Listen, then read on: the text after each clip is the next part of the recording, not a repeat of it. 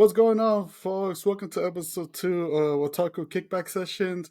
I'm one of your two homie Weeaboo co-hosts. Hopefully, in the near future, we become your favorite Weeaboo homies. Easy the Shinobi. And as always, is my boy, my other co-host, Green Specter. What's going on, man? Yo, what's good? Man, it's been a minute. It's been a minute. So, hey, you know what? I barely realized this is consistency. This is like the quickest turnaround on episodes we've done past like for any project. I know, right? Hopefully we won't fucking just disappear in like a month and then remember half a year later, oh yeah, we have a podcast, right? And if we follow that schedule, yeah, join us for our 10th episode anniversary coming in the year 2029. I mean, who knows? Maybe 2035 we'll drop part 2 of that one. Oh my Uh, god. uh, so yeah, but a little quick note on the end of the last episode, there was a bit of technical issues on my end. The internet was kind of crapping out, so I do want to say sorry for that. I took a bit of time editing the audio for it and basically doing as best I could. But yeah, again, my bad. And so yeah, but the first episode felt like it was good. Took a time to celebrate. Uh, Granted, on Genshin Impact to finally get Arlecchino, which I don't want to talk about the other aspect of getting Arlecchino that I had to do. Wah. Hey, fuck you, man. All right, I didn't have enough time to grind for her. Yeah, and I got her on my second 10 pull. So yeah, cry about it. I did cry about it. Apparently my wallet cried about it too. But you know what? I gotta do what I gotta do. My bank will understand. Um, My bank's chilling. so does that mean you're trading for Anime Expo stuff for me? Hell no. ¿Por qué? Because fuck you, that's why. Well, fuck. All right. Now that we got that on audio, now I can't lull this over you or try to blackmail you with it. See. Fuck. But in any case, yeah, we were basically sending the first episode out there, and as well. Now that I remember, we also went to go watch. I think it's out of theaters right now, but we also went to go watch Spy Family Code White. Yeah, that was dope. Oh, that was a really good movie. Obviously, we won't get into heavy spoilers in case any of you guys haven't watched it. I believe it's not at theaters right now, but it should be hitting up digital systems soon or digital streaming soon. So, in case you guys want a good movie to rent out for a weekend or basically to own, Spy Family Code White. You Hashtag know, not sponsored. hashtag non sponsored. Hashtag please sponsor us. I don't want to pay bills anymore. Um, no, yeah, but basically, as non-spoilerish as we can get, um, it was overall it's a good mix of wholesome and there's some good action on it too. Here's a spoiler that's not a spoiler.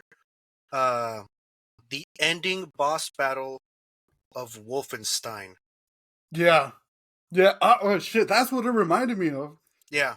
The one. Your imagine your in that whole scenario and whatever your does, and the ending boss battle of Wolfenstein. That's your spoiler. That's not a spoiler. Yeah, yeah, pretty much. That's as much as we're gonna get.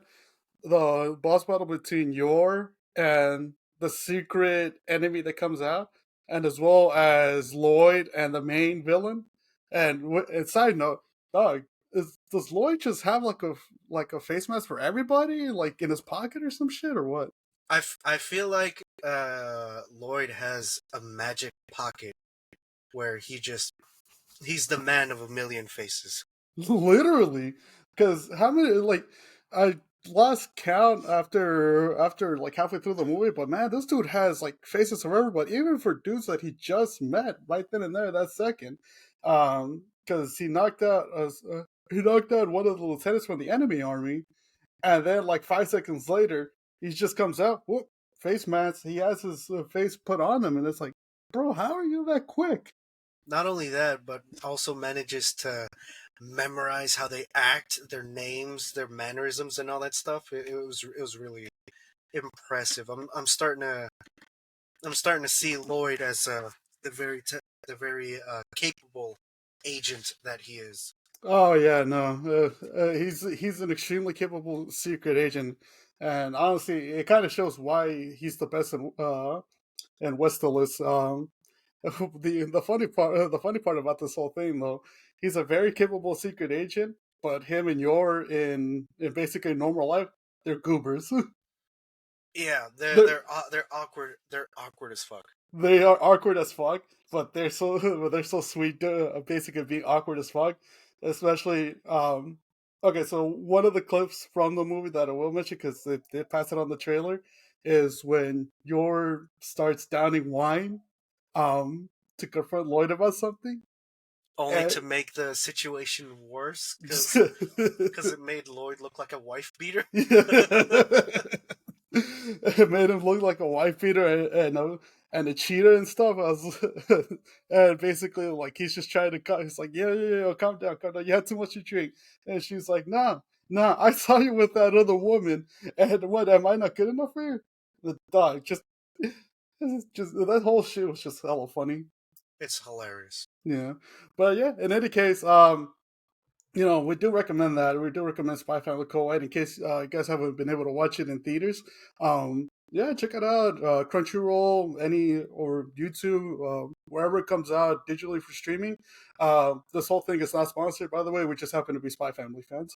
Or Uh, if you want to be cheap as hell, Kiss Anime. Just make sure you have that ad blocker ready.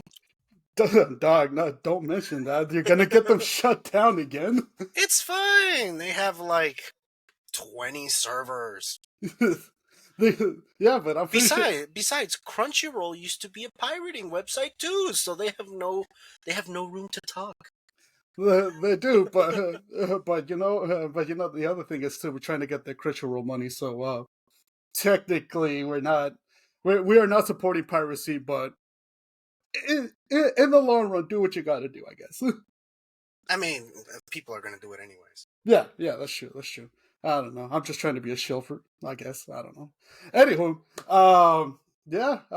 And so moving on from that, seeing as how the new anime season started off, there was one that I've been meaning to check out. I mentioned it on the last episode as well. Basically starting those past 2 weeks, I've been started reading the first two volumes of it. Is Kaiju No.8, and that now we're 4 episodes deep in, and I had to say, I'm digging it. I'm enjoying it. Oh yeah, I do like the animation style for the action sequence. I Yeah, like how it's supposed to give you this the serious shonen stuff with a bit of like I want to say the goofy Naruto yeah, aesthetics to it, where yeah. the protagonist goes on this like serious monologue, and then just that one coworker comes in and he's all fucking Pikachu face, Yeah. shocked Pikachu face. This is pretty much just shock Pikachu face.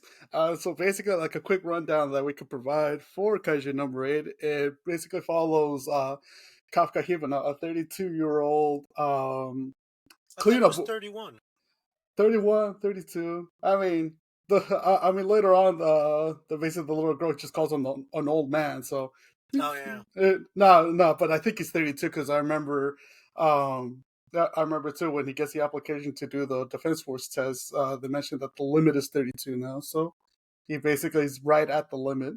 Um, but yeah, going back to it, he's a 32-year-old, basically cleanup worker for one of the kaiju cleanup companies. And to provide further context to it, this is around the time where Japan has been kind of overrun by kaiju attacks, more daily basis. If you don't know what kaiju is, simple terms, it's Godzilla. Godzilla, Mothra, Rodan, just basically huge monsters. So, but in Kafka's case, him and his crew are the ones to clean up after the monsters have been taken out by the special defense forces. Think of the cleanup crew of the Avengers. Yeah, You know, the people that are in charge of cleaning up the mess and the disasters that the superheroes do. yeah, In this case, cleaning up after kaijus. And I like how it has also modern day touches where someone has to do the job, but they're not gonna like it, and yeah, they complain about the good guys always making a mess. Like how he complained about like could they have maybe killed it a little cleaner without yeah. causing so much blood and guts everywhere. And when they were told, it's like, oh yeah, we got to clean this place up in a week, and they're just like, nah, we can't clean this up in a week. Well, we got to do something. Yeah, yeah, and that's one of my favorite parts of it too. And even though it's like, okay, you know what, screw it, we got to clean it up in a week. Then his manager coming up is like, all right, you know, if we're gonna do this, we're gonna have to do this fast. Kafka or Hibano, you're cleaning the intestines, and he's just like, oh, dude, no way. Why is it always me? But he says, ah, fuck it, you know what? I'm just gonna go ahead and do it anyways. And and right there, you see like at least like you mentioned, what happens after the battle, where they're cleaning up bits of kaiju remains from the city. Yeah. But it's hilarious because you may think, the people that are fighting the monsters are the real heroes. No, the real heroes are the people cleaning up after the monsters mess. Those Exactly. are the real heroes. Oh yeah, no, undoubtedly they do the job. They do the work that nobody else wants to do. Especially when they cut up the monster's intestines and all the innards of the intestines start spewing out as clean as I could put it. Um, and then you realize, damn, you know what? These dudes really deserve their fucking flowers. Yeah. Oh yeah, and then but like the further in you go into the episodes, you start learning more about Kafka's backstory, where him and his childhood friend, because it was indicated that the kaiju's have been there since he was a kid, and his childhood friend, who happens to be one of the captains of the Defense Force, Mina Ashiro, One of the best of the best. practically the best if you could she's essentially the face of the defense force, because remember on the parade route that they had after beating the first kaiju in the first episode, like they see their face on her or her face on the billboards and stuff, so she's essentially the top dog of the defense force. She's um Captain America yeah, with a laser gun. with a laser gun and that happens to kill big monsters. I mean, And what? also has a pet white tiger for some reason. Dog, that's like a white tiger. Like, not just for no reason. Nah, this fool gets down. In the manga, he does get down. I'll say that. I need to read the manga. It's good. It's good. From where I left off, it seems like it seems like the season's gonna take over volume 1 and 2. But it's good so far.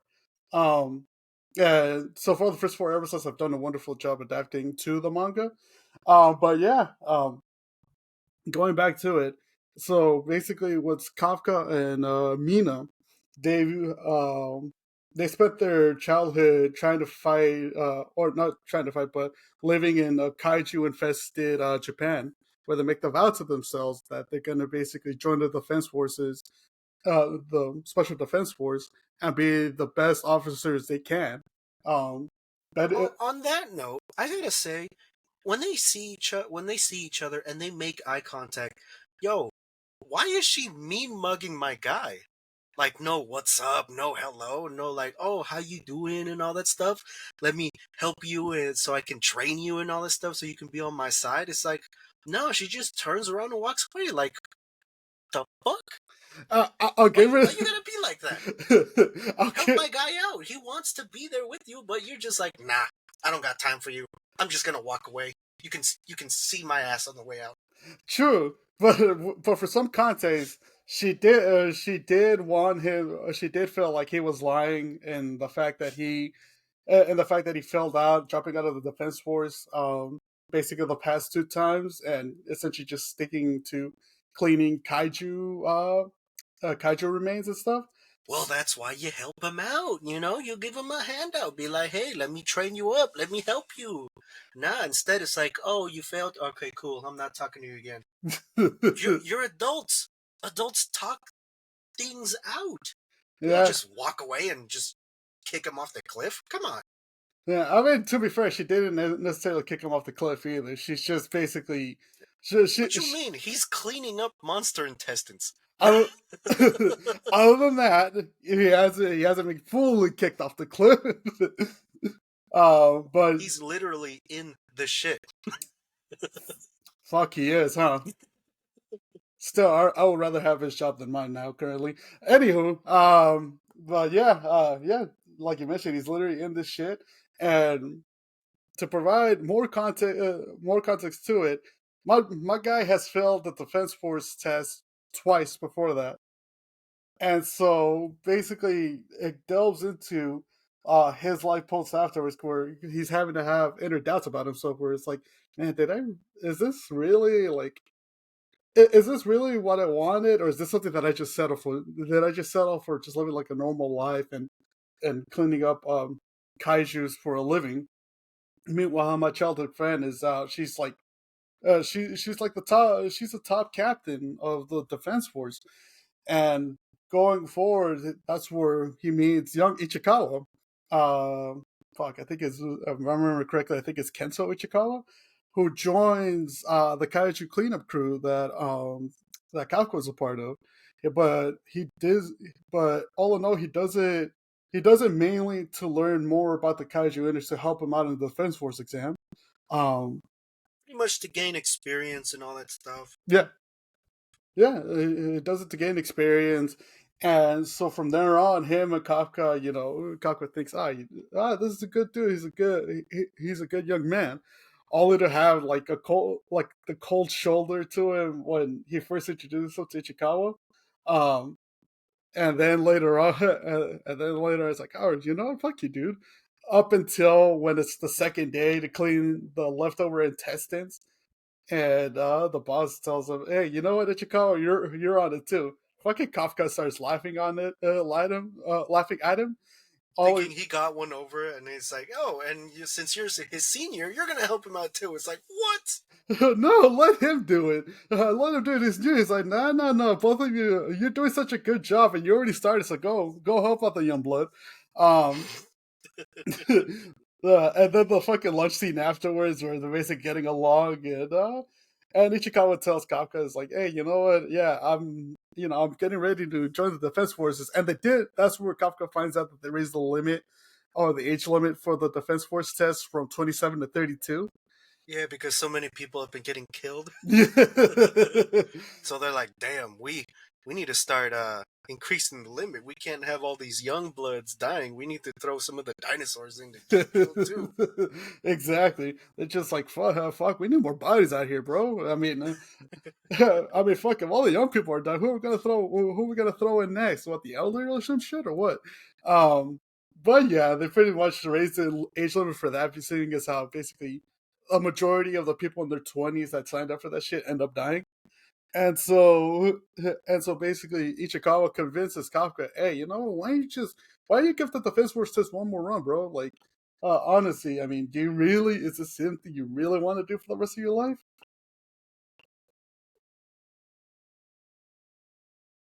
Yeah, but yeah, it was that convincing, and then Kafka in the end is just like, you know what, fuck it, I'm gonna go for it. I'm gonna give this one last shot. I'm gonna bet on it.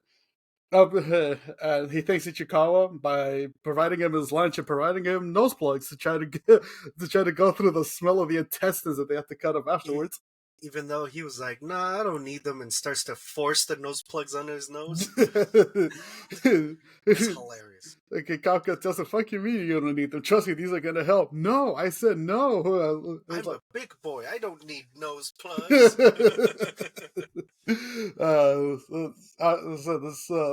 This show really does have its funny moments, and then we get to the turning point of this whole thing, where like at the end of the second day they managed. It didn't even take them a whole week. It took them like a span of 3 days in order to clean up most of the intestines and most of the kaiju from the Yeah, first episode.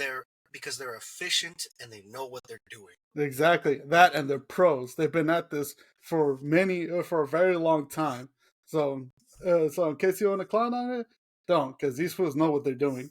And trust me, this comes into play around episode 3 and 4 as well. But we'll get to that in a few minutes. Um, but yeah, after when they're heading home, they're basically talking about the exam and stuff. A Yoju shows up and attacks Ichikawa and Kafka. Which at first they're like, wait a minute, there was supposed to be no monster activities, but it looks like these I guess you could call them arachnid mofo's Mm-hmm. are so well in going under the radar that they'll just literally bust out of the ground Mm-hmm. and all that stuff going undetected. And he tells Youngblood to just, hey, run. Nah, we can fight this together. Shoves him aside. I said run, because you're signing up for the Defense Force. One of us has to live. I'll lure it away so that you can call for backup and stall enough time. Yeah. Only for him to just start running through alleys, goes through a building, uh, through a narrow alleyway, thinking, oh, I got away and all this stuff. Only for the spider to just burst through the wall, being like, nah, I want your ass and I'm getting it. Man, this spider was gonna eat. He was gonna eat the homie's ass up, and it was gonna. Man, it was like damn, because that spider fucking got him out of nowhere and shit. Just fucking tackled him from the side, and then causing Kafka. I think is that's the first time he breaks his leg, if I remember correctly. Yeah. And this dude was like, fuck it. If this is it for me, then this is it. I'm so like mentally saying he's apologizing to Mina. He's like, you know what? I won't be able to stand beside you. I'm sorry. And then as soon as the spider Yoju is about to basically eat him and then just straight up murk his ass, fucking Ichikawa shows up with one of those with a stop sign that basically was as one of the debris of battle, smacks this fucking spider Yoju in the face, and basically ensures the last minute save for Kafka, or and Kafka telling this was like, wait a minute, I told you to run, I told you to go get help. Ichikawa tells him, oh, I did, but you know what? I wasn't planning on leaving you behind. Because you're my senior and it would make me look bad. Yeah, exactly. It's basically giving. It's like, oh, you know what? If I can't help you out, then I don't really have a right to be in the defense force. Exactly. Yeah, and so from there on, speaking of the defense force, they do manage to come in time to take out this spider Yoju and stuff, and get Kafka and Ichikawa to the hospital, seeing as how they suffered injuries. And let me tell you this: in the hospital, this is where the good shit starts to happen, because they're both of them are talking over the day's events, and going over like, oh, we're gonna getting that positive vibe, positive energy up. There's like, oh, we're gonna, if we could handle this, or if we could survive this, we could survive the defense force exam, no problem. And then as soon as Kafka turns around to go to sleep, he just sees this like He ends up deep throating this mutant fly the, and ends up turning into a kaiju. uh, wait, bro, what was the name of of those fucking flies from Fallout? The blowfly, right? Oh, the blowflies. The blowfly. That shit. That fucking that. It looks like a blowfly except skinnier. And before he deep throats it, it said, "I found you." So that goes to question is like, because I don't think it came from the spider one. I held that. No, this came from somewhere. Apparently, looking for him specifically. I'm thinking it has to do something with their childhood. Maybe it's that same monster that attacked their town and like killed their parents and whatnot. It could be. But I don't know. I Uh, haven't read the manga. It could be, and I haven't gone as deep into the manga to basically figure out whether or not it has anything related to it.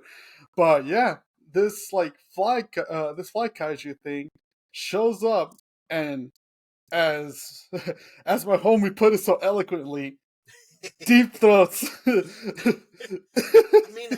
How else would you put it as? I mean, I was saying that The little bro, the homie is literally choking and gagging on that fly. yeah, but not by his fucking choice, dog. Exactly.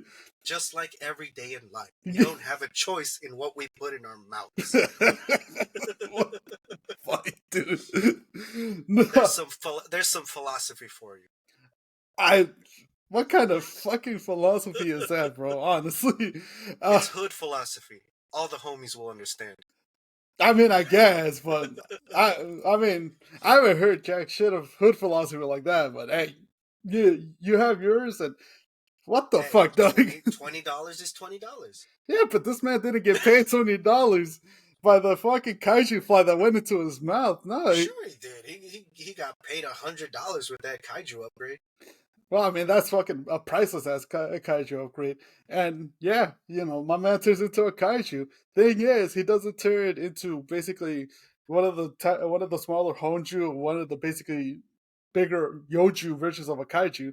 No, this dude literally turns into a humanoid kaiju, and then as soon as basically the fly does its thing and takes over him and possesses him and all that, Ichikawa basically pulls back the curtain, and that's when he sees the senior sitting on the bed, but that ain't a senior no more. It's a humanoid kaiju, and then from that, we're basically they're trying to yell like they're going back and forth yelling. It's like, yo, what the fuck happened to you? I don't know what the fuck happened to me. I just woke all of a I just woke All of up a like sudden, this. I was deep throating this fly, and boom, I'm here. And then that ends up causing one of the elderly patients to come to the door, and he's looking in shock. And the Yo, bo- he was quick on that. He called the defense force fast. oh yeah, no, he was quick on the jaw on the cell phone. And then they're just telling him, no, no, no, no, no, don't call the defense force. You don't need to call nobody. But that was too late. All man passed out. Everybody was hearing the commotion and shit because fucking uh, Kafka now as a kaiju tried to close the door, but ended up fucking pulling Breaking it. not just the door, but the entire fucking wall that damn thing was attached to. And so at that point, they're just like, you know what? Or look, it's gonna be worse if we stay here. We gotta dip. We gotta go. And so basically he picks up Ichikawa. Then they just fucking bolt jump out of the hospital through the wall of the hospital. I will say, it's pretty funny because Uh, as they're running away, he's like, "Hey, yo, I gotta go take a leak, man." It's like, "What you mean? We take a leak? We're running for our lives." Well, you're running for your life. Only for him to start pissing through his nipples. you heard that right. We are not making this up. My man started pissing through his nipples. I swear to God, this is a good show, but it has its random moments. And he's all just crying on the ground saying, "I'm deflowered now. I will never be able to be a bride." That's fucking. Oh god, it's hilarious. I love the touch of comedy it has. Oh man, I love the fact that they managed to put in comedy at the best times, like at the most serious moments, but it doesn't feel forced. It's No, just like because at a random. it's a reaction how every other person would have being turned into a monster for the first time. It's like, I gotta take a leak, but I have no idea how I take a leak in my monster form, only for you to start, I don't know, crying piss or pissing through your nipples. It's a natural reaction. Everybody would be Oh like that. yeah, oh yeah, shit. I don't blame him. I would be like that too. Where it's like you start pissing through your nipples. That's like, nah, man. This nah. I'm deflowered. Something's wrong. I can't be Yeah, a but bride no I more. Wah. damn, I can't. Damn, I can't go to church. I can't go to church no more. Fuck. Jesucristo won't accept me at this point. Yeah, but no, yeah, yes, you heard that correctly. My man starts painting through his nipples, but but all that aside, when they manage, because lucky enough for them, even though the defense force was originally chasing after them, they managed to inadvertently get their attention diverted by another Yoju that was popping up around the same area, and that was causing havoc in the neighborhood. And so instead of basically continuing to run, Kafka decides, you know what? No, we're nearby, and there's innocent people that are going to be hurt if we don't do something about it. So they go to where the Yoju is, and he's already basically going through the rubble. He's basically tearing up all the neighborhood and shit. And he gets to this little girl whose mother's trapped underneath the dresser. Mother's telling the little girl, "No, you gotta run. You gotta leave. You know, he see the Yoju sees you. You gotta get out of here." And the little girl's basically trying to free her mother from underneath the dresser. She's basically pinned down, and she's trying her hardest.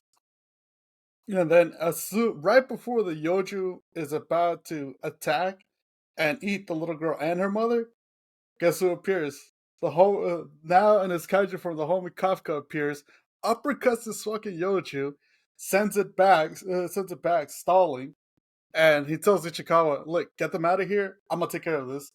And need to remind you, this man just got his mouth violated by a fucking by a fly kaiju, and barely got the spore like probably like 30 minutes beforehand, 40 minutes beforehand. So he has no idea on how to train the swarm.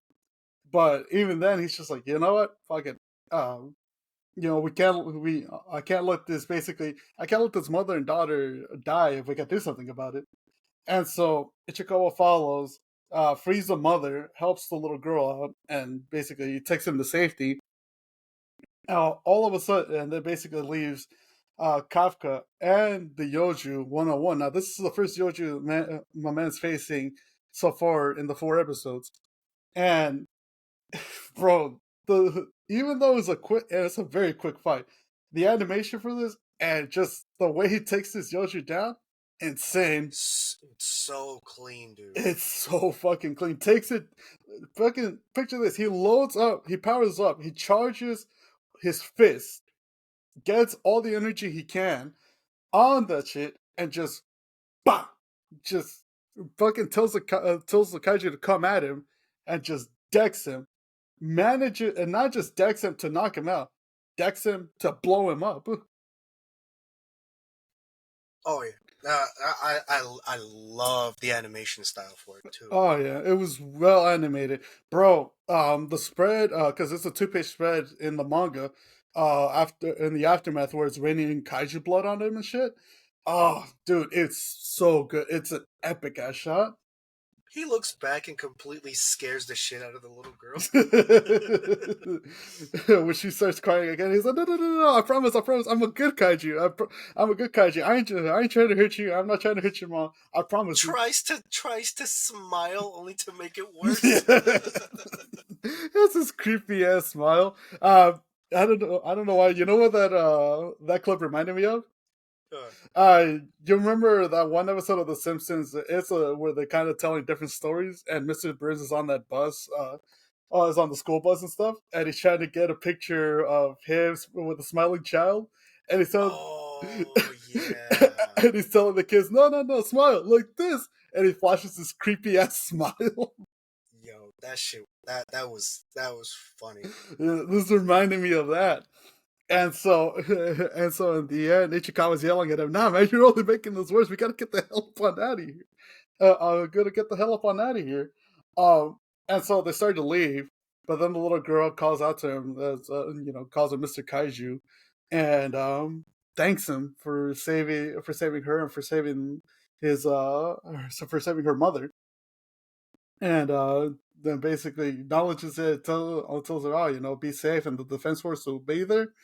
And like minutes after the report, that's when the defense forces show up, and they just see the crater of where that Yoju was, along with his intestines just draped all over like the debris of of like the different houses and buildings that it basically destroyed. Oh yeah, and they were like fully ready. Like, all right, we're gonna take this kaiju down as messy as possible, only for someone else to make a bigger mess to make them look like, damn, okay, I guess someone beat us to it. And then that's when they asked the little girl, it's like, oh, do you know who did this and all that? And that's when she reveals, oh yeah, it was a kaiju that did this, but he wasn't like an evil kaiju and all that. No, he was like a very nice kaiju that protected me and my mom. Uh, And then he told the defense force, like, are you gonna kill the nice kaiju? yeah. And that's when they're like, what you mean nice kaiju? Because in their mind, it's like, there's no such thing as a nice kaiju. What do you mean there's a nice All kaiju? kaiju are evil and all that stuff. Yeah. Up until right then, and they realize, oh, wait, there was a kaiju fighting another kaiju? And so, yeah, that wraps it up until basically the first two episodes. The next two take place a part of, basically, it's part of the Defense Force exam that they have to take. So we get the time skip for the 3 months since that incident. And I will say this: the last, the one clip that stands out to me during the time skip is when Ichikawa gets the forms that him and Kafka passed when they're at work, and so he goes to find Kafka and all that. Like, hey, we passed the first stage of the Defense Force assessment, and so and all that. He goes, finds him and stuff. He's eating lunch. But my man turned into a kaiju in the middle of eating lunch. Hey, he's just happy to eat his lunch in any form, man. Shit, I can't blame him too. Like, I mean, he accidentally ate a bird, and he was horrified. oh yeah, no. If he was truly evil, he would have salivated eating that bird. But no, he was horrified at eating that bird. Uh, but yeah, then Ichikawa sees us like, nah, you did this on purpose. No, I didn't do it on purpose. I still have no idea how to control this form. Um, it's a really funny moment. But yeah, then then you know we get into the second part of the defense force assessment, which is, I guess in simple terms, the battle simulation part. Yeah, but before that, they had him put on like suits to kind of like, oh, what's your power output? You know, how strong are you? How much is your combat power at? Only for him to be at zero.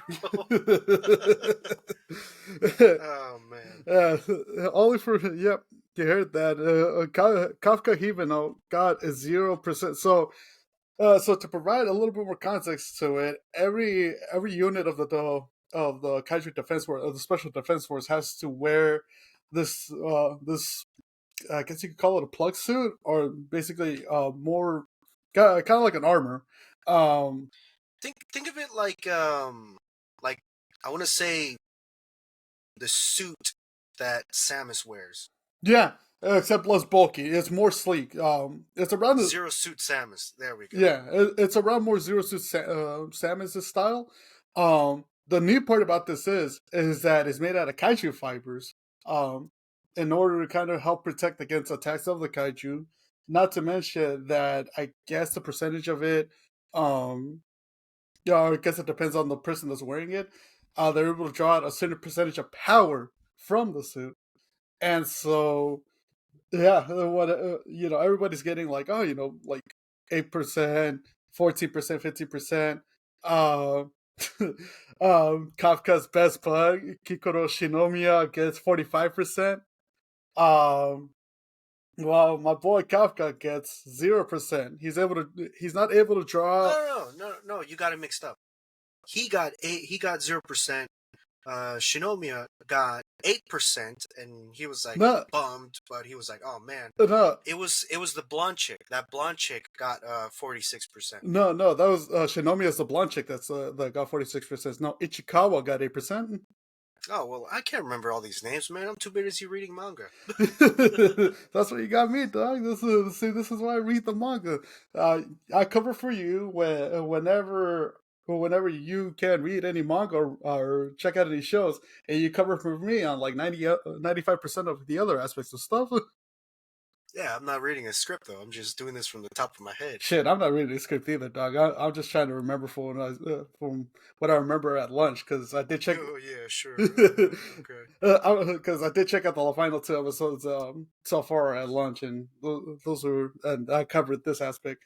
But yeah, going back to it, the reason I say Kikuro Shinomiya is Kafka Himeno's best bud is because she enjoys seeing him fail.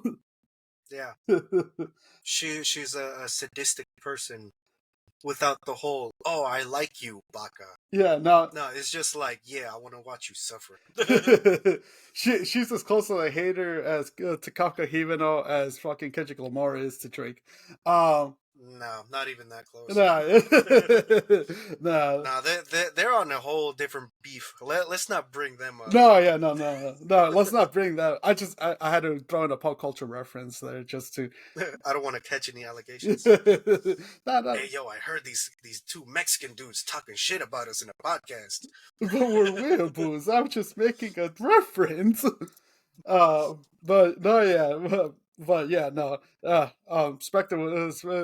Spectre is correct. You know, the beef is not that great. No, she just enjoys basically kind of having a smug attitude towards him, but at the same time too, because remember they met at the parking lot for the defense force, where the defense force assessment was taking place, and so Yeah, where she threw the car aside because it's like, oh, you're on my parking spot because 55 is my lucky number. it's just like, what the fuck you mean 55 is your lucky number? There's plenty of other parking spaces all around you.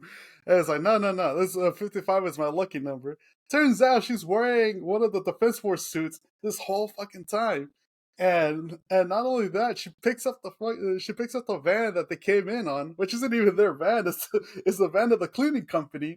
Yeets it all the way to the other side, or basically all the way to the other side of the parking lot. Yeah, and she's like, "Nah, this is my parking spot now." And then, Only for him to, only for her to see to see him lift the car up and then puts it right back on its tires, and she's just thinking, wait, does he have one of these suits too? Nah, he was cheating by using his kaiju powers. it's just I like the little like secretive look that he gives Ichikawa after they leave, where he's just like, yeah, you know what? It's pretty cool, right? I managed to turn one of my hands into a kaiju hand to lift the car back up. All it, Only for him him to get yelled at yeah, by his junior. and not even that. He doesn't even get the parking spot back. Shinomiya's butler ends up fucking parking them right before he's able to get it back for them. Um, Hilarious. but yeah, and so pretty much the second part of the assessment is split into it's the physical part. So it's split into two. So one of them, so the first part is a physical assessment, where essentially they go through kind of like a combine. I guess More, more like a boot camp simulation, yeah, you know? yeah, like a boot camp simulation. You know, climbing a wall, running through tracks, and all that, just to gauge the physical abilities of the recruits that are in there, and basically what happens is that Kafka places 219 out of 225, I believe. Um, Yeah, he barely made the cut. he barely made the cut, but it's actually good when you think about it because according to the people that were running the assessment, this is like the most like this is the most talent heavy class for the defense force assessment that you could get. Like you have valedictorians from different defense force academies. You have like these like young dudes that are in just top tier shape and all that. And so what Ichikawa was telling him is like, you know, it's still a good score, mainly because they brought in a lot of ringers. Yeah, he was a basic dude doing a whole boot camp training simulation with a bunch of people who are pretty much already retired Marines doing this training for practice. Yeah, exactly. And he somehow barely made the cut. Yeah. And even then, it's you know, it's not really like a complete knock on them either. Because remember, these dudes also have youth on their side because they're barely like straight out of the academy of valedictorians and stuff, and they're basically, and then there's Shinobi who I think she got like what did she get like fifth or second in the physical assessment and the whole boot camp test. As remember, she's been training for this since she was a little girl, according to the flashbacks. Rumors and then flashbacks. Yeah, How you're supposed to be the best at everything you do. Don't disappoint our family lineage and blah blah blah. The basic whole family bloodline crap. yeah, and even then, that's mostly from her dad. Who's like, no, you got to be perfect. You got to be the symbol of pride for this country and for the family and all that. And remember too, she came from basically a top kaiju defense academy, not from Japan, but from America. So Yeah, she went overseas to basically get to travel and train and get better at this shit. Um, so for Kafka to end up like at 219, I mean, overall, it's not bad. That's like a no, that's like a C minus or D plus on average, but passing's passing. No, yeah, and then that's when the second part of the battle simulation starts, and Ichikawa and Kafka they're thinking it was like, oh yeah, you know what? Or Ichikawa tells Kafka, don't worry, second part this is gonna be kind of like this is basically gonna be kind of cleanup stuff, how to handle kaiju's after the battle and cleaning up and basically ensuring all that this is the stuff that we work on a daily basis, so it should be in the bag. Only for them to find out, oh yeah, nah, we're not doing that. You're battling kaiju's, my boy. And Kafka's looking at it and is like, what is this, gang? You said we were cleaning up kaiju guts and stuff. You said that this was it. Ichikawa looks at it and is like, well, damn, look, it happened the past few years. I don't know if they changed it or some shit, but apparently it's not anymore. they changed it because her childhood friend was gonna be observing everything. Yeah. She was gonna be observing everything. That's what the proctor. Like, side note, the proctor looks like the dude from Blue Lock who trapped all them young soccer stars in throughout Japan. It's like, nah, I'm gonna create the next big soccer star for Japan. Um, that's what it kind of reminds me of. But this dude's like a lot more funnier too because he starts laughing. He's like, he starts laughing more basically Kafka because he's like, oh, you know what? This old dude's actually kind of funny. Let's keep him around for comedy relief. Hopefully, he'll die in a funny way. And I'm just like, bro, You're not supposed to say that. You're a proctor. What? Damn. at least turn your microphone off when you say shit like that, my guy. Yeah. At least just fucking take the shit serious. At least give the dude a chance, not just keep clowning on him.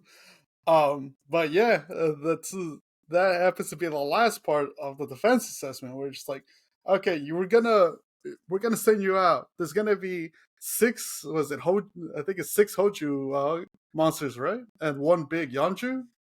Yeah. And one, like, I guess you could say mini boss class. Yeah, yeah. Basically, one mini boss class, Yoju, and so they go ahead, and this is where basically the whole long payoff of them working for the cleanup crew pays off because remember Ichiko only gets 8% out of 8% strength out of the basically the kaiju suit or the kaiju bodysuit, and Kafka can't he's at 0%. So they come up with a plan. It's like, okay, fuck it. You know what? If we can't beat them head on, because all these other dudes are like 14, 18, 16% and all that, they obviously the battle percentage is higher than ours. So what are we gonna do? Is we're gonna put our knowledge to the test and provide support. Yeah, because he's been cleaning up monsters, obviously, because you're cutting up a corpse of, let's say, like an armadillo. You're not going to try to cut up its shell because it's hard. You're going to go for the weak spots. So, because of them cleaning up Monster Corpse, they have knowledge of every kaiju's weak point, Mm, and he uses that to his advantage. which is pretty clever. Which is pretty clever to be honest. And you see that like right off the bat too when the when they see like two of the top like graduates and stuff from the different academies, fighting one of the Hojus, I think. Was one of the Hojus or one of the Yojus? Hojus, Yeah, because it was an armored class, but because it couldn't see, it relied on sound, yeah, like echolocation. yeah. So what does he do? He Throws a flashbang. It completely discombobulates him, causing him to stand up on its hind legs, and then he shouts out, "Shoot the stomach, because that's the weak spot." yeah. They do, and boom, goes down in like 4 shots. Yeah, and dude, that shit was really that was a really good scene too. Um, Basically, like they use their knowledge of kaiju, of different kaiju biology. Because remember, all these kaiju's, they're not built the same. Each one of them are built different. And so he recognized that one. He's like, wait a minute, I remember this one. I remember that basically we had to clean up after him during a battle like a few years ago. And that's when he points out basically that the weakest spot is on the stomach.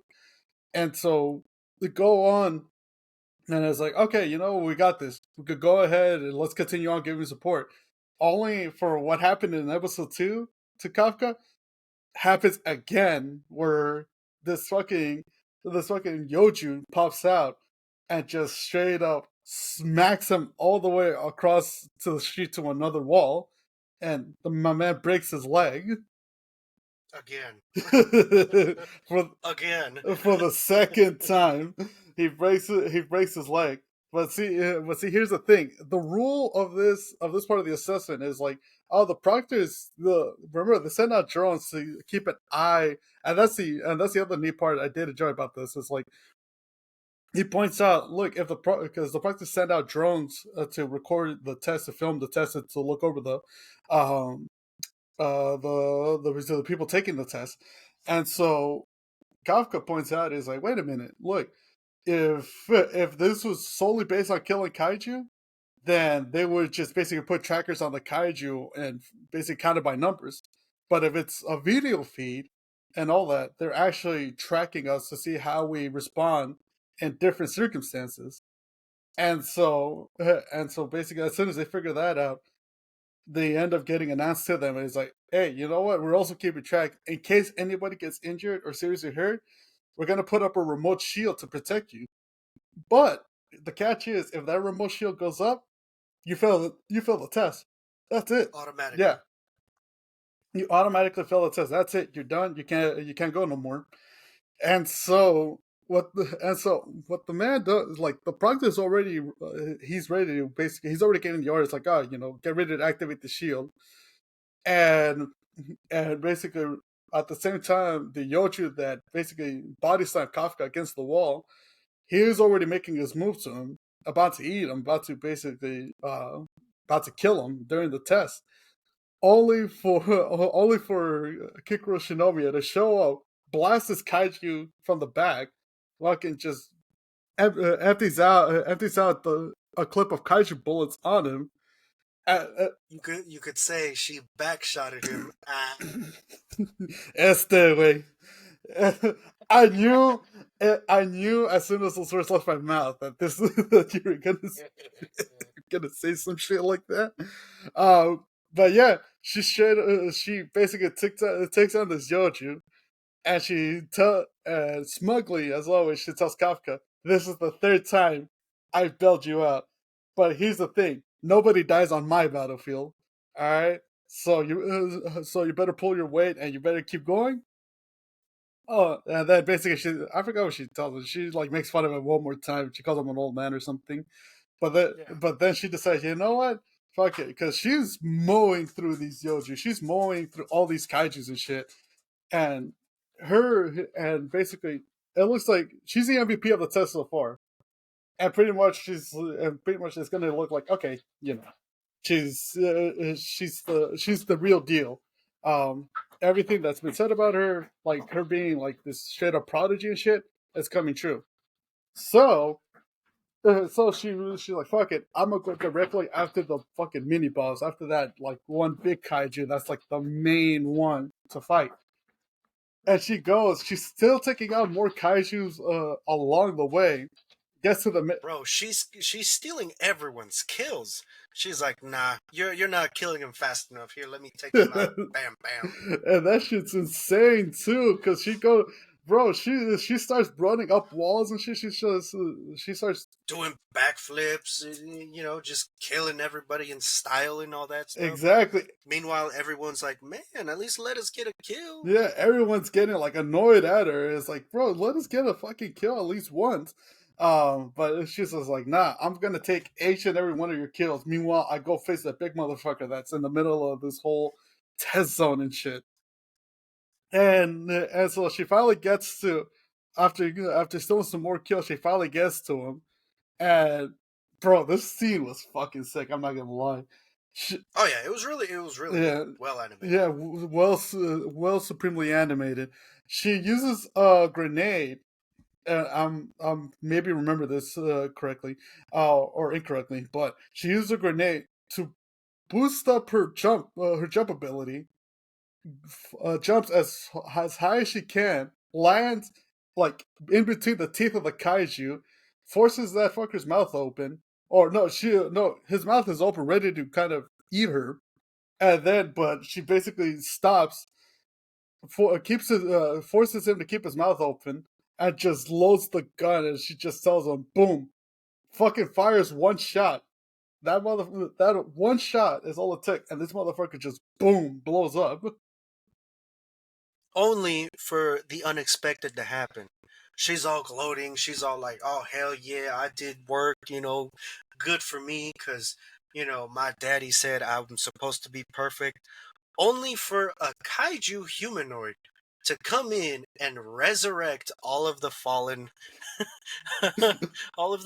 kaijus, but on steroids. Yeah, that's the one thing. Then not only does she see this kaiju humanoid who looks like something that comes out of Jujutsu Kaisen pop up, this motherfucker just appears out of nowhere too. Like they wait until all the drones and basically the test is over at this point, and all the drones are coming out. Like they're telling everybody, all right, everybody head back to the barracks or head back to the base.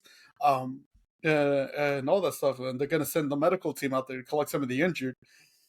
Oh, and then all of a sudden, this fucking kaiju humanoid, and this is where Shinomi and that one big ass kaiju that she just killed are are there.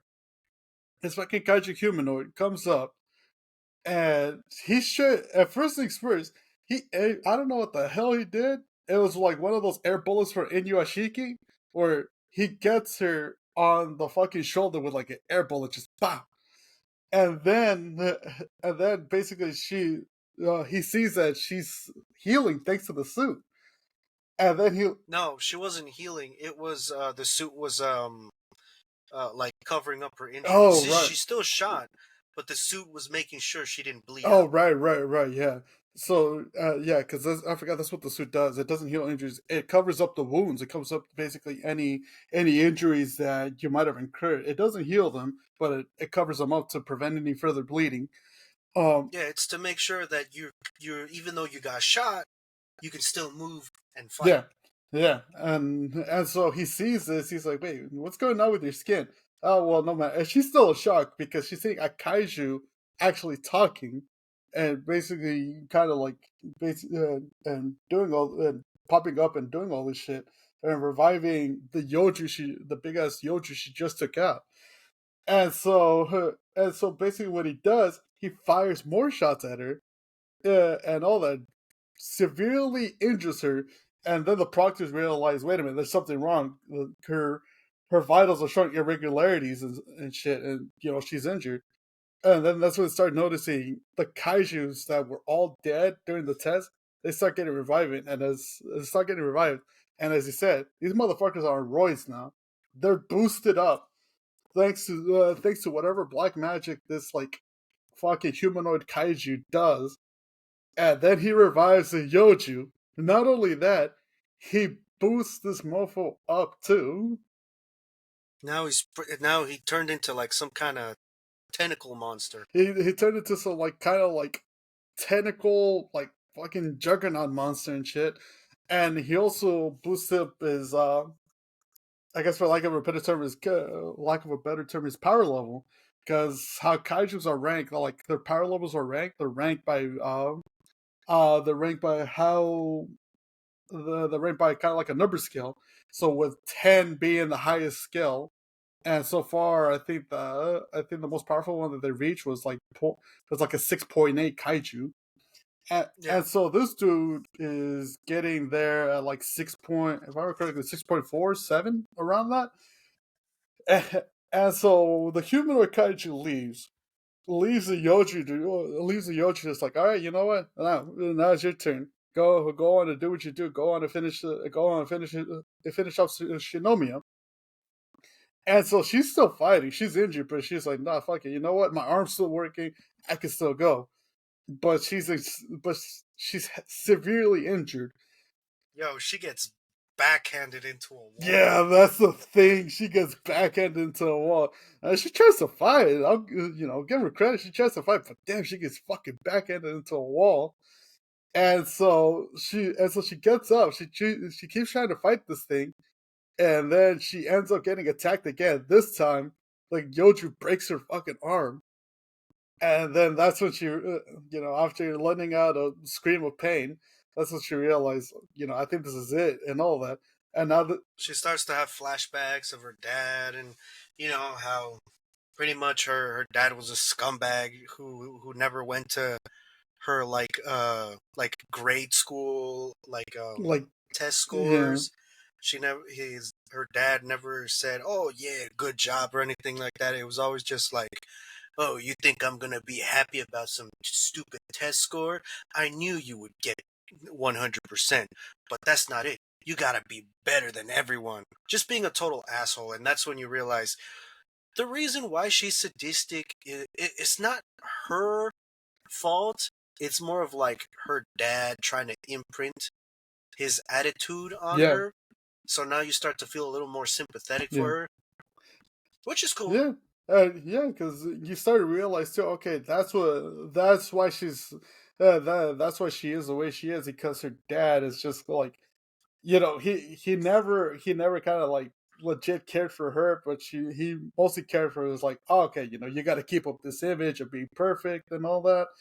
And so yeah, and so once those final flashbacks start coming up, and now this Joju, he's evolving. This motherfucker grows horns and everything.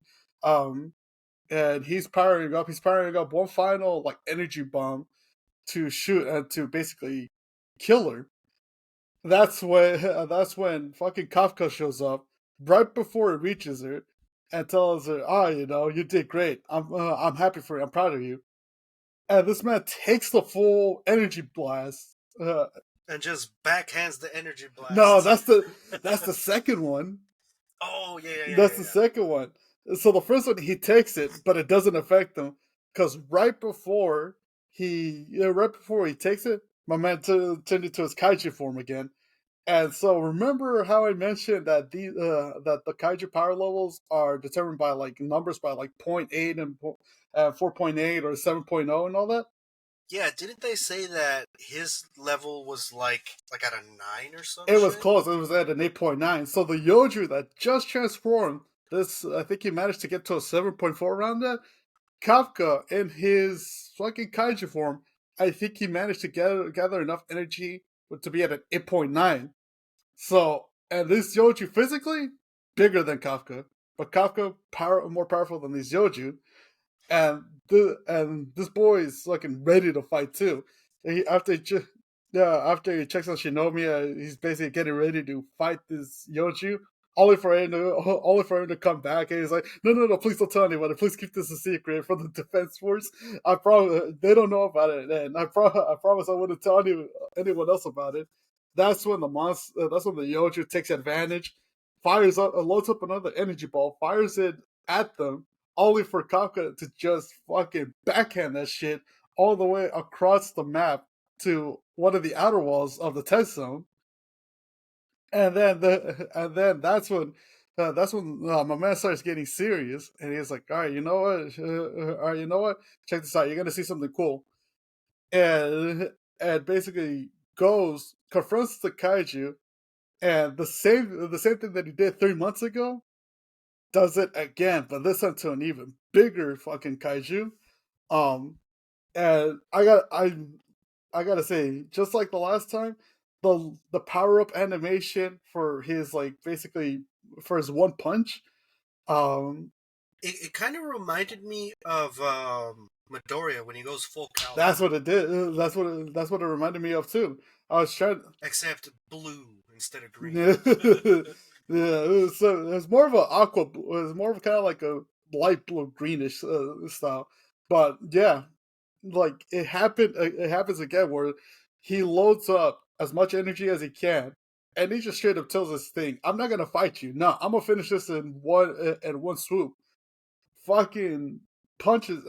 Fucking punches. I think it was an uppercut again, right? Or like Yeah, yeah, it was another uppercut and thanks to the amount of energy he put behind that punch, blows up this like upgraded as Yoju. And again, just like 3 months prior, nothing left but a crater and fucking kaiju guts and a rain of blood. meanwhile, as that fight's going on, the childhood friend and the other defense force like elite, they're running on the field, trying to kill this thing or trying to find where it is so they can kill it because apparently that first shot uh, knocked out the cameras. Yeah. It knocked out the cameras, and basically, once they registered how powerful that kaiju was, they realized, look, this is going to take a small party to get to be able to take this thing down. But the only two people with enough battle power that to be able to kind of like fight it and take it head on is Ashiro and fuck And that's just yeah. barely. They said she barely meets the criteria to take it Yeah, down. and so basically that's the reason the proctor also came with her too, so that way it's like the better the chances. Only for them to find out, only for them to show up and find out, wait, like this dude's dead, like he's not there anymore. Like what's going on? And then that's when they notice it's the exact same scenario Yeah, from that night where basically they found where they found the little girl that was almost taken out by a kaiju. Um, and she and basically her saying, "Oh, you're not going to kill the good kaiju, right?" Exact same scenario, but except this time is in the test zone. And by this point, Kafka has already returned back to his human form, and so basically, you know, they go get medical attention. Kafka's has his leg broken again, so he's in the hospital with a broken leg.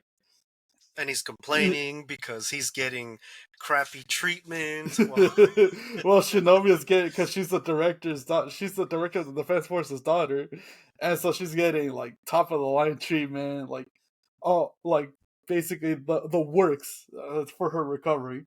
Um, and he's like, wait a minute, why can't I have any of that shit too? And Ichikawa's like, calm down, because she actually went through.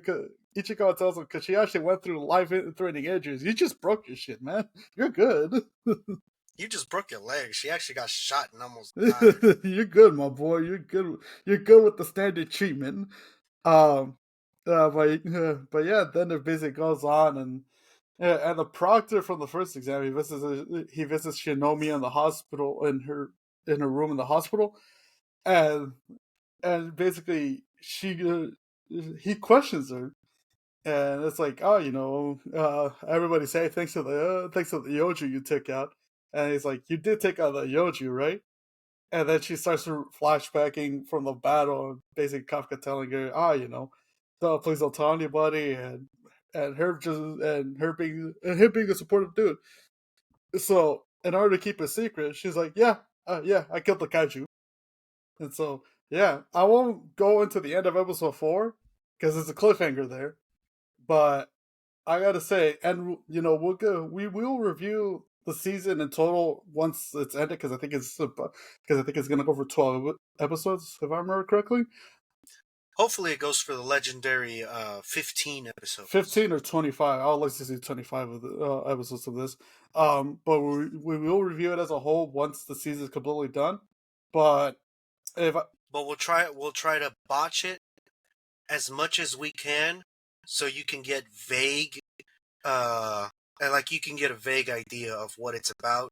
without having any spoilers, because on itself it's pretty good. And this is the one anime where sub and dub is actually releasing at the same time. Oh wait, is it? Yeah, Oh, nice. So yeah, in case you want to check it out in dub, I haven't heard the dub. I haven't really. I've been watching How both. is it? I like it. Oh, nice. Uh, I do like the comedy on both sub and dub. The dub has a little more comedic aspect, but also the serious scenes are pretty good on itself too. Oh, nice, nice. So then there you go. I mean, you can watch it both sub and dub as well. But yeah, because we want to try to, right in the show, we want to try to start getting more reviews in because there is kind of like a rule, or not so much a rule, but a suggestion is like check out the first 3 episodes of an anime, and then that's how you know whether or not you like dig it or you want to watch more of it. If not, you could leave it after first three, but in both our cases after the first four, well worth it. Like this Yeah, is I'm definitely watching it. I'm definitely gonna pick up the manga ah too. dude, you should definitely pick out the manga. It's going good so far, and because I have the first 4 volumes, and I could say watching it from basically the perspective of a manga reader, it's a really good adaptation for it. So yeah, definitely, if you guys want to check out like something with some actions, with some cool kaiju guns and basically a lot of fighting and some pretty funny scenes. Kaiju No.8, dog. That's like I said, this is the anime of the season, so it's really good. And so from there on, we're gonna go ahead and delve into a segment, manga recommendations. So what you got for us? So, uh, I got this really interesting manga I've been reading. It has 37 chapters. It's called The Negative Hero and the Demon King's General. Ooh, that sounds interesting. Is it a fantasy or isekai or? It is fantasy. Oh, okay. And right away, you get the scene. I think it's like the first. I want to say in the first 2 chapters, the hero, who's this 15-year-old girl called Mm-hmm. Renee, comes in to the general's, like the Demon King's domain, like tosses open the doors, and you get the classic banter. The Demon King, like, oh, you come here to my domain. You must have gone through my troops and all that stuff. You're a valiant hero and all that stuff. But I'm gonna kill you, and then after that, I'm gonna kill your friends and then your family. Mm-hmm. Only for the hero to say, I don't have any friends, Ooh. and I came here alone. And he's like, what? Wait, what are you talking about? Huh? And then she goes on to continue. My parents were killed in a demon invasion on my village, and they were also blamed because the demons were trying to kill me. Oh shit. So, from day one, all of the villagers were telling me, go be a hero. They gave me all this fancy equipment and the suit of armor and this magical sword, and they pretty much kicked me out of the village and said if I don't kill the Demon King, um, they're all gonna hate me and all that stuff. Right off the bat, she is depressed, Eesh. and she pretty much did as she was told because she doesn't have any friends, she doesn't have any more parents, and she pretty much just went straight to the demon lord's domain and was like, I gotta kill you because if I don't, everyone's gonna hate me and all that stuff. And she's already depressed. So at this point, she's just like, "Fuck it," Well, what, if this is what it takes, then I might as well just go like right ahead because if people were gonna hate me and like my own village threw me out, I might as well just go and face the demon lord 1-on-1 because whatever. Yeah, and then the demon lord obviously looks like really nervous and kind of like, oh god, this is horrible and all that Yeah. stuff. And he's like, okay, I guess we'll start duking it out right now and all that stuff. only for her stomach to growl, and he's like, wait, are you hungry? And he's like, and Renee is like, yeah, I am, because all I had were some rations, but I finished those rations like half a month ago, so I've been surviving on just water I get from a river and all that stuff. Like, my guy, she is the she's I guess you could say she has the attitude of Bochi and Kobani, Oh, okay. So she. where she's just depressed, she's going through life, and like she has this anxiety because everybody is like kind of forcing her to do things, and you got to do this, you got to do that, you got to go kill the demon lord or we're going to hate you forever and all that stuff. So. Only only for the demon king to be like, you know what, nah, screw this, I'm gonna take you in. I'm gonna feed you. I'm gonna be your dad. All right. I'm gonna take care of you, and I'm gonna get you away from those mean ass humans. How. It's really interesting because it goes from like this really depressed scene to this like, you know what? Nah, I'm gonna take care of this little girl. This little girl's gonna be my child now. Bro, how is it that how is it the demon lord, the guy that you're all like supposed to fear as a village? How is it that he's a better father to Renee than her own father? Well, her own parents died in a demon king Oh attack. shit! Yeah, I forgot about that part. But Yeah, it was it's the village that she was from where they started hating her and all that shit for. It's like, think of it this way: there's an alien invasion in your like town, right? yeah. And your parents were killed, and suddenly the entire town blames you for that invasion. So wait, did they? Like, you had nothing to do with it. Like, it's just so happens like, oh yeah, we want this person because they look like a like a really cool person to fucking kill and all that stuff. So, So we're gonna destroy the entire town. Then the town finds out, and then they blame you, and they're like, "All right, you got to go take care of this, or else we're gonna hate you so, forever." so wait, is that the reason that the town hates her because they believe? Because the demons wanted to kill her because she was rumored to be a hero. Oh, okay, okay. Oh, I mean, that's no way to treat the hero too. If like, if like basically the hero lost her parents and shit, and you as a village, you think, okay, you know what, let's raise this hero up on her own and treat her well and shower her with love, and then train her, and then let her know, like, hey, you know what, the demon lord, he's the one that killed your parents. He murked them, and so now you got to go get revenge. No, you just as soon as she's still, well, she's still a little girl, isn't she? Right? Yeah, she's like 15. If she's 15, as soon as she's 15, it's like, all right, here's a sword, here's the rations, go kill this motherfucker. And it's just like, well, he wait a minute, huh? And it's like, yeah, go kill him, or we're also gonna hit you forever. Nah, man, that ain't right. Yeah, it really sucks. Only for pretty much after her little confession and all that stuff, and saying like, oh, all the humans hate me. They pretty much tossed me out and told me to kill the demon lord so that I can bring peace and all that stuff. Only for the demon lord to just be like, you know what? Nah, I'm gonna take care of you. All right, I'm gonna show you what the humans didn't show you: kindness. Nice. And with that little declaration and all that stuff, you get the demon lord's army that kind of overhear the conversation and how depressed the hero is. So suddenly everybody's being all nice and all that stuff, and she's not used Yeah. to that because everybody's like telling her off and being like, "Oh, you're pathetic. You got to be like this and this and this and all that stuff." To the point where like she just starts trying to help out like the maids and all this stuff, only for the only for the demon king to panic and be like, "No, no, no, no, no, no, you can't help them out." All right, it's like, why not?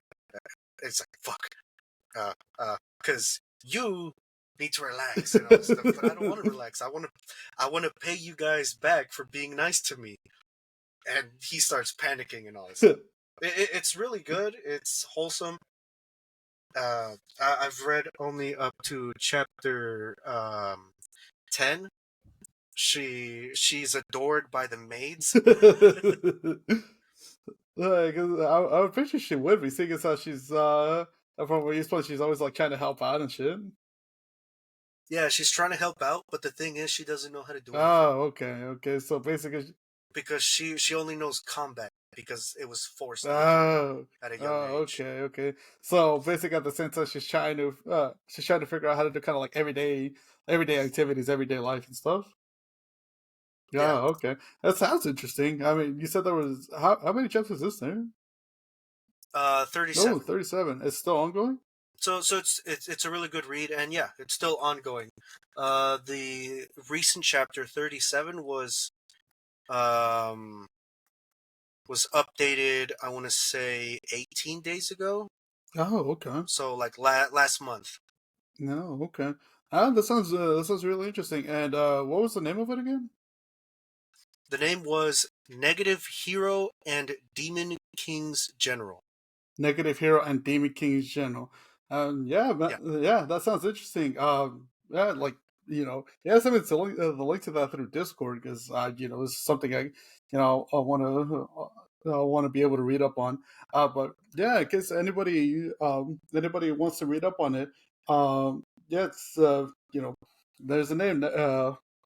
Fuck, I had it a few seconds ago. What was it again? Sorry, Damn.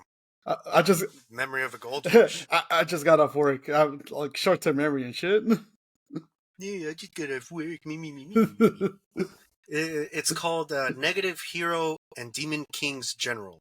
Negative Hero and Demon King's General. 37 chapters.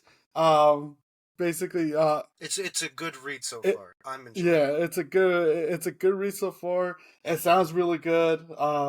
And I hope all works out well for Renee in the end. Because dog, how is it that your own village is going to treat you like that? That's fucked up. Oh yeah. Mm. And on my end, so there's this one that I read a couple months ago. I picked up the third volume last month or 2 months ago.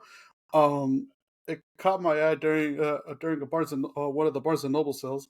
Is called the Geek X Hitman. And so what this manga is about, it basically follows I guess the former top assassin of Italy called his name is Marco. And so if all it starts out with him kind of he's living in Japan and he's living on his own. He's long retired. As by the title tells, he's long retired from the life of being an assassin, from the life of the underworld. But it's not for the reason you think. He didn't retire to protect the family. He didn't retire because he was because he got heavily injured and all that. No, my man retired to live in Japan to be a full on otaku.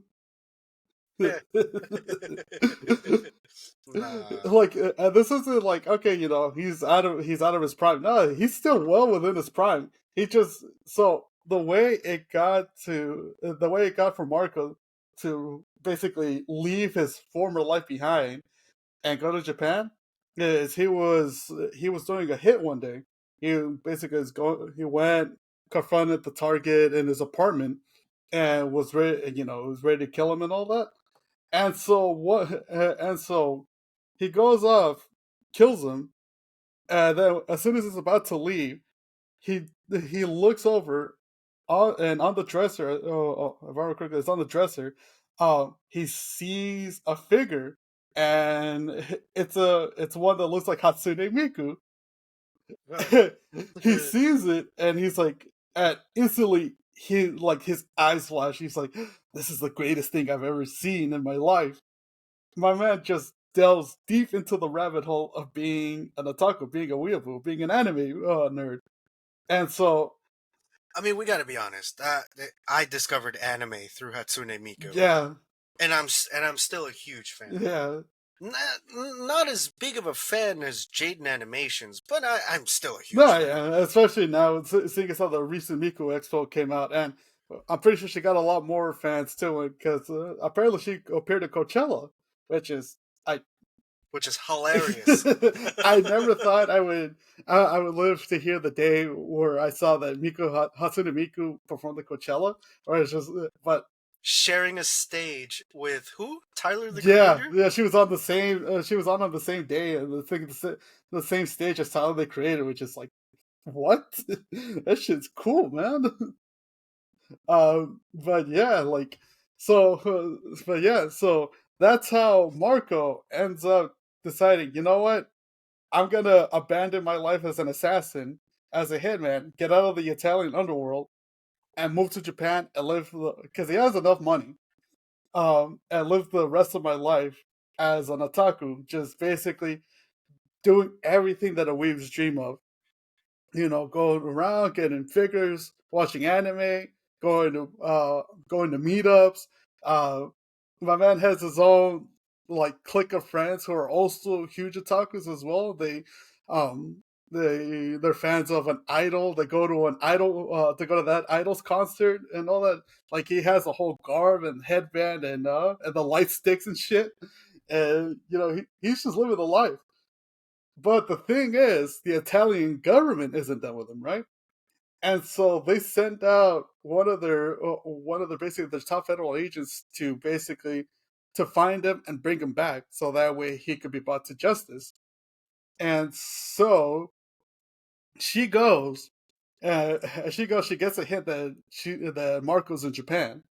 And she goes and basically she starts following him. But guess what? Turns out this agent is also a massive weeaboo.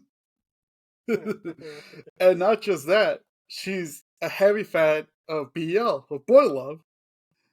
Oh, of course. So she's one of those weeaboos that basically writes boy love fan fiction, and you know has and you know they do confront each other. Turns out they're in the middle of the confrontation. They find out that they're both fans of this one magical girl series, and so they decide, you know what? Let's not kill each other. Let's have you pretend that you're still following me, and you're sending reports back to Italy, like, oh, you know, this is what Marco's doing on this day, and you know, this week and whatnot. And you know, we'll pretend that you know you're still tracking me and shit. And meanwhile, we meet up and we basically, you know, we fan out over this magical girl series. And so that goes well for like about 5 months, up until the Italian government realizes, well, wait a minute. I mean, we should send her there for an assassination mission. I think she should have been done by now, right? So, in their wisdom, they send in another agent. He's not a weeaboo. He's her junior. But the thing is, he manages to get roped into it because they managed to rope him into it. Because I think, if I remember correctly, she stops the assassination attempt on Marco, and so they're all talking and all that, and it's at the same time that the Magical Girl anime is having a, if I remember correctly, it's a contest to no, so they want to take out their own fan comic of that Magical Girl anime in time for Comic-Con. But the thing is, well, Marco and I gotta remember I gotta remember the name of the agent. Um, so Marco and her are like planning out like the dialogue, the script for the fan comic. But the thing is, both of them try to draw, and neither of them can't draw for shit. They claim it's good. It's like, oh yeah, no, your drawing's great. Oh yeah, no, your drawing's great. Marco has like chicken scratch writing, and the Asian chick, she has basically she draws the magical girl, but like it's something out of like fucking .exe shit. It's terrifying. And so how the third guy gets roped into it, he happens to be a fantastic fucking drawer. He happens to be a fantastic artist. And so he's finally had enough of like them butchering the drawing and all that. He's basically snatches one of the notebooks and like, give me that. Draws a magical girl, and it looks almost like it does in the anime, and their eyes just light up. And it's like, okay, you're our artist, you're our designer for this dojin. And he's like, what? No, I didn't agree to this. Too late. they rope him into it, and now he's staying in Japan for the time being, even though he's not a weeb. Um, he's basically there because like, well, fuck it, I guess. I mean, if it helps keep an eye on him, I guess I'll stay, and I guess I'll, I'll continue along with this stuff. So, but yeah, it just continues on. There's some more characters that get introduced. There is this one. There's this one kind of like if I can remember correctly, it's a yakuza. It's a yakuza boss. She falls head over heels for Marco.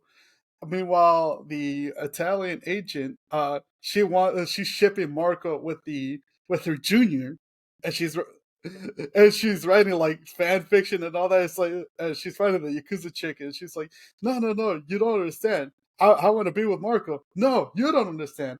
I'm shipping these two, and you're ruining the shipping. Only for the yakuza, for the yakuza girl's father, the main boss of the whole clan, he happens to be a secret weeaboo as well. But he's a fanatic of gunpla, of building Gundams. And so meanwhile they're both fighting, he invites Marco to like his secret office, and that's where he shows up all the models of gunplas that he's finished up. And Marco's just like fanboying over it. It's dude, it's there's some good action to it, but it's fucking hilarious. It's a really good read. There's 3 volumes out so far. Um, the first two, I think the first volume covers chapters 1 through like 10, and then the second volume covers um, 11 through like 23. I may be wrong, but so far, yeah, there's 3 volumes. Highly recommend it. If you guys ever get the chance, they're usually on a Barnes and Noble. And shout out to Barnes and Noble too. They have some pretty good sales too for like manga, like 50 buy one get one 50% off and stuff. But yeah, if in case you find yourself a Barnes and Noble, and in the middle of that stuff, pick up the Geek X Hitman, because it's a really solid read, and you get some good laughs out of it, and yeah, it's a nice twist to it. Sounds good. Mm-hmm. Uh-huh. And so I think that's all about the time we have. And so, I wanted to let you guys know. For, me and Spectre and I have been talking about like the schedule for this podcast and all. And so we're not taking out another episode next week. We're planning for this to be a bi-weekly show, so that way we could, on our end, read read some manga, catch up on some anime to help provide more material for the next episode as well, for the following episode, or any future episodes. Um, so this should be coming out. See, today's May 7th, tomorrow's the 8th. So this should be coming out May 9th, and then the next episode will be coming out May 23rd. So be on the lookout for that. But yeah, this is going to be a bi-weekly podcast. Mainly so that way we both of us have time to be able to read some material, watch some material, and come back to y'all with any good recommendations as well. Join us next time as we play Devil's Advocate for hated anime characters, and watch us try to defend the most hated anime characters. No. we did this. We did a sample run of this. One of the times we were hanging out, and you fucker, you got me on some that I couldn't defend. I'm just like, I gotta get I gotta get what I call the generator thingamajig ready, so that way we could pull out of the hat who is defending who. Oh, trust me, dude. I already got a list of hated characters. Damn, you're a dick, man. Hell yeah. So yeah, join us next time for the Devil's Advocate version of defending the most hated anime characters, and watch us try to make them seem like reasonable people. Also, also a sneak preview for some future episodes. Obviously taking inspiration from Death Battle. We're gonna run through some fantasy battles of our own.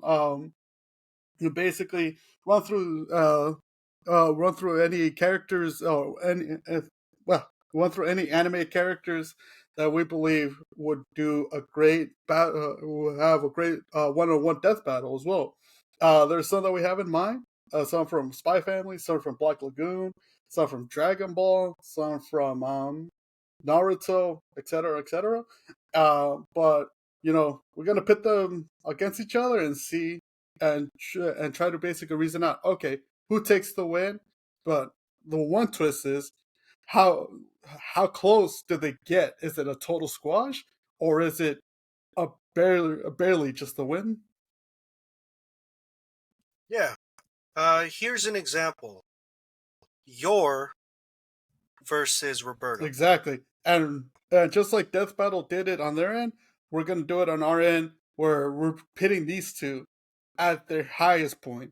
So basically this is going to be your current manga versus Roberta in the Black Lagoon manga, not cuz in her Not the anime, because the anime kind of crippled her yeah, to an extent, where in the manga, she didn't get a yeah. scratch. Yeah, Nothing. she didn't get a scratch or anything. But yeah, we're gonna delve basically into that matchup and any other matchups that we could think of, because we want to make that a part of our regular rotation in the programming, as well with anime reviews and any manga recommendations that we could provide.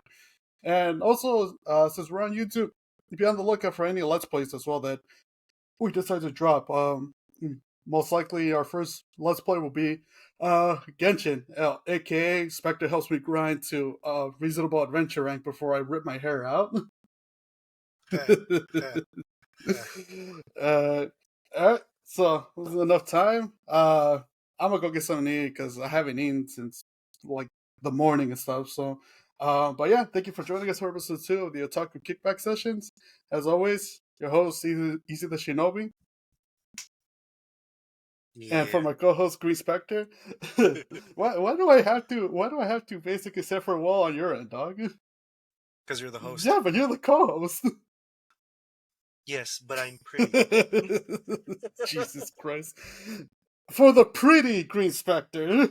Uh, Oh, thanks for joining us again, guys. Hope to talk to you guys soon. Have a good night. Keep watching some anime, read some manga, enjoy some video games, and have a good night. Stay safe. yeah.